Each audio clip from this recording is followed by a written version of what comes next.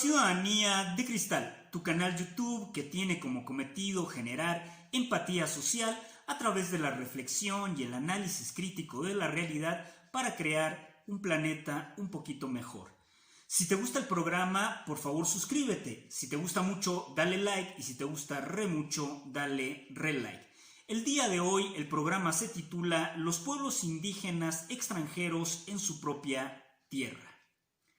Cuando pensamos en el genocidio, sin duda alguna nos vienen a la mente las imágenes y las narrativas de la Segunda Guerra Mundial en los campos de concentración, donde 6 millones de judíos perdieron la vida siendo exterminados por los horrores precisamente de la tortura y de los hornos crematorios. Pero también nos viene a la mente el sacrificio de 20 millones de rusos que pelearon de manera directa en esa guerra y 10 millones más de personas que habrían de perder la vida en esta conflagración a nivel internacional.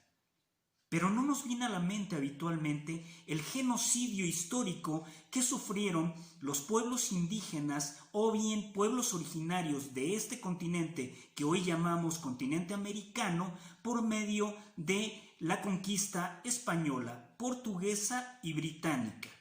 Sin duda alguna se escapan a la memoria las narrativas de la crueldad, las narrativas del esclavismo, las narrativas de las torturas y de la serie de instancias de genocidio que se dieron por medio de los europeos a estos pueblos originarios.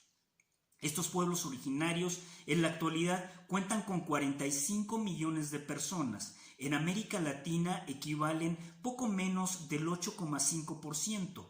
De esos pueblos hablamos 420 lenguas por lo menos a nivel de América Latina. Sin embargo, el hablamos es un decir.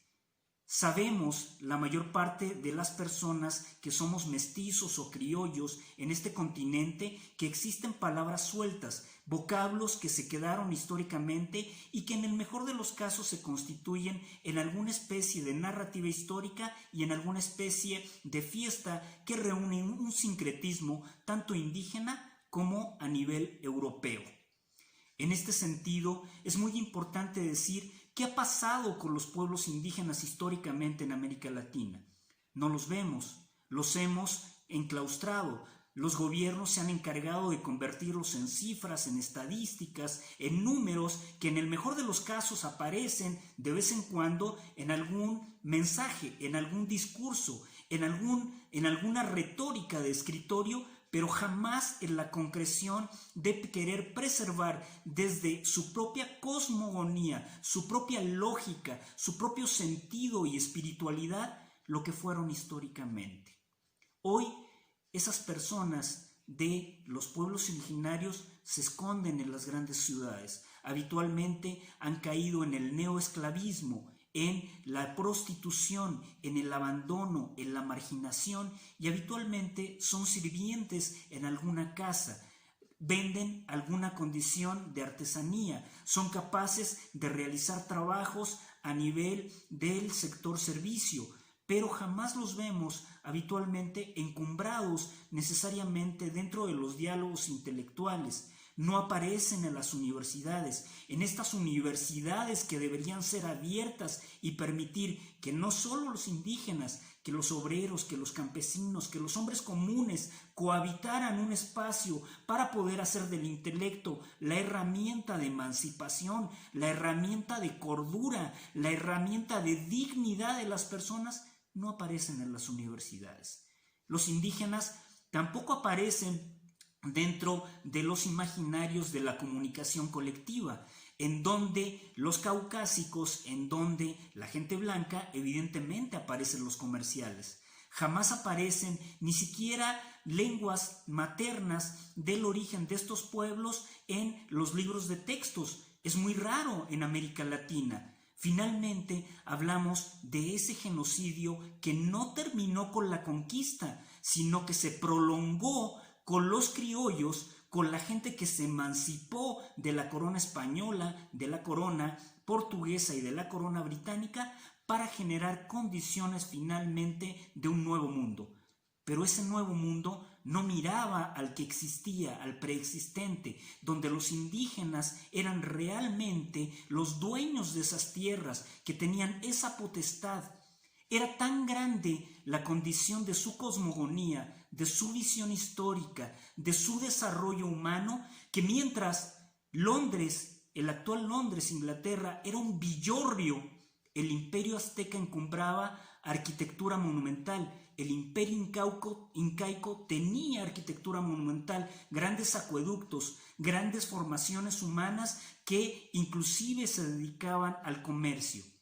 Los pueblos originarios nos han enseñado históricamente el respeto por la naturaleza, el respeto al hombre mismo, el respeto a la dignidad que debe tener cada ser humano, mientras las formaciones criollas, las formaciones mestizas, hemos mostrado nuestro odio racial, hemos mostrado conductas anómalas de irrespeto hacia las condiciones primarias de estos pueblos y su desarrollo. Negamos su lengua, no los incluimos, no pensamos en ellos y, en el mejor de los casos, hemos usurpado sus tierras, los hemos robado, los hemos asesinado, los hemos encarcelado y los tenemos como una forma estereotipada de lo que no es civilizado, de lo que no es aceptable dentro de la vida de los seres humanos.